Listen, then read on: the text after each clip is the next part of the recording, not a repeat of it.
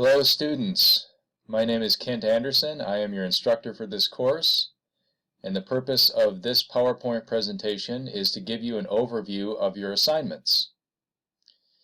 If you have not done so already, please make sure that you read all announcements at the course homepage and download both documents in the doc sharing area.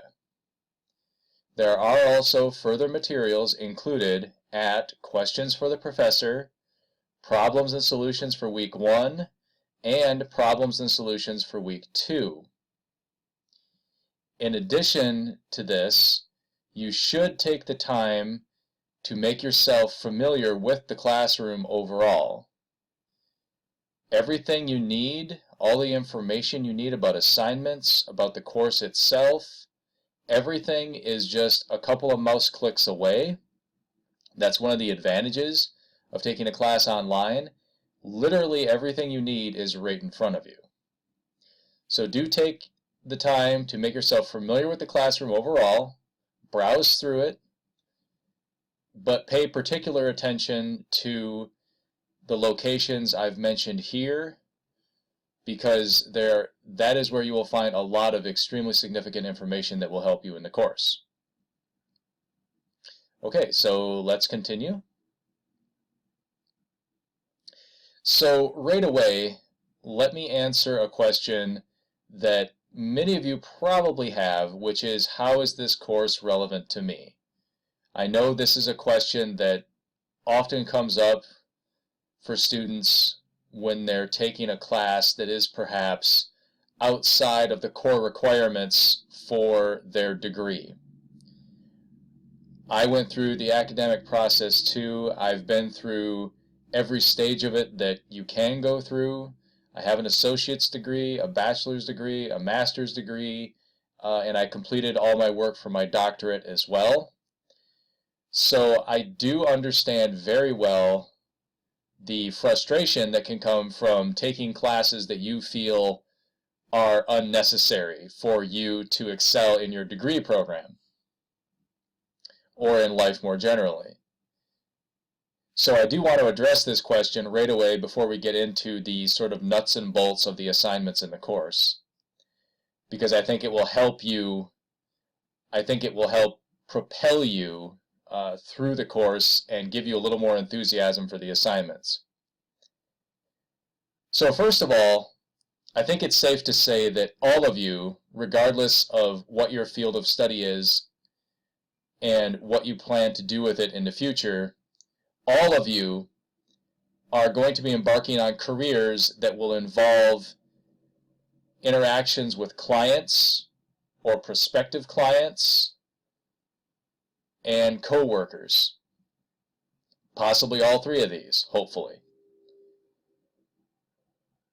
And this course is set up chronologically from the early 1900s to the turn of the new millennium. And it's organized around generations. So each week we look at a different generation, such as, say, the lost generation, the greatest generation, the silent generation, the baby boomers, Generation X, and the millennial generation. It's set up this way because it's just an easy way to organize the material, essentially. But the advantage of this approach is that it helps you understand people from the different generations. Because while the characteristics of a given generation may not be 100% applicable to every single member of that generation, in general, the characteristics of a given generation will apply to members of that generation. In general, they will.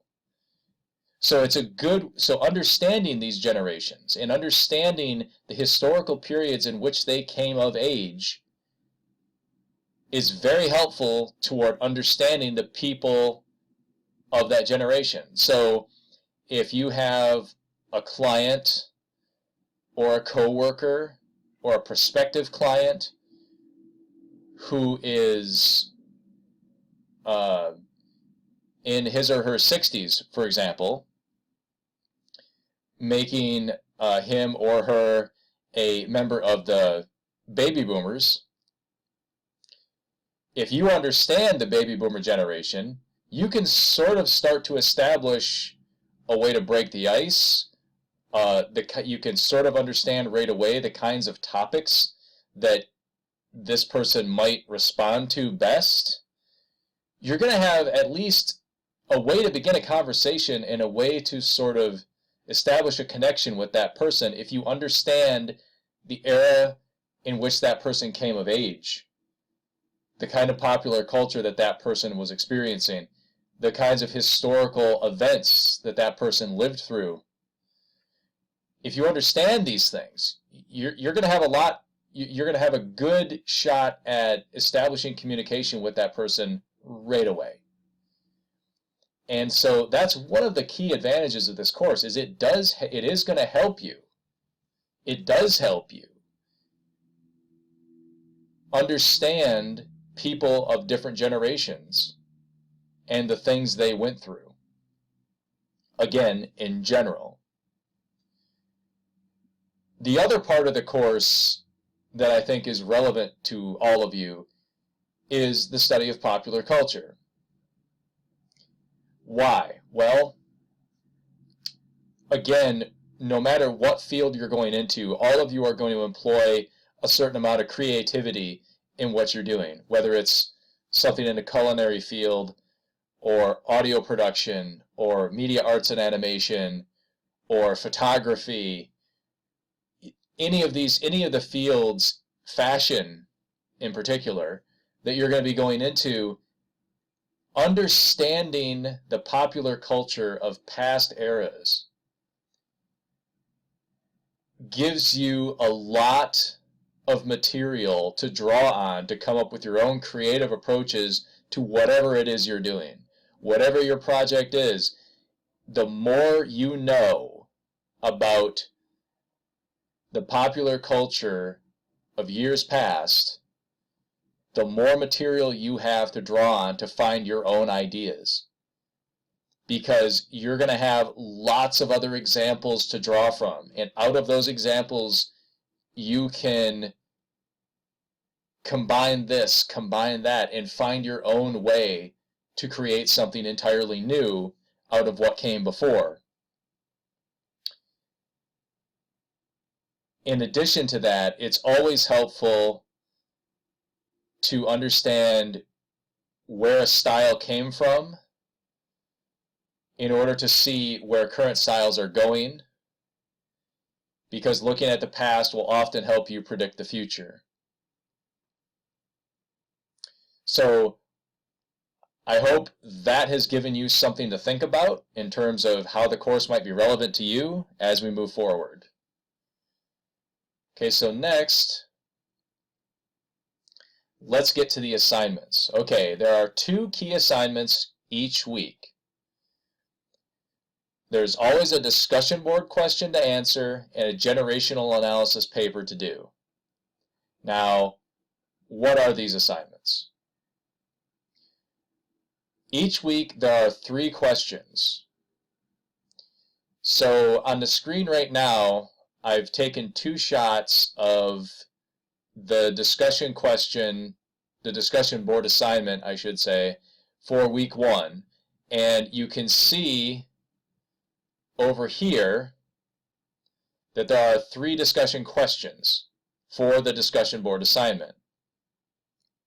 You only respond to one of those. Okay, so clicking onto one of the questions will give you the discussion board for that question along with the question itself, obviously. Now, when you respond to these questions, you need to make sure that your responses are complete. Well, what does that mean? Well, on the left up there, you can see the grading rubric that is included for the discussion board assignment.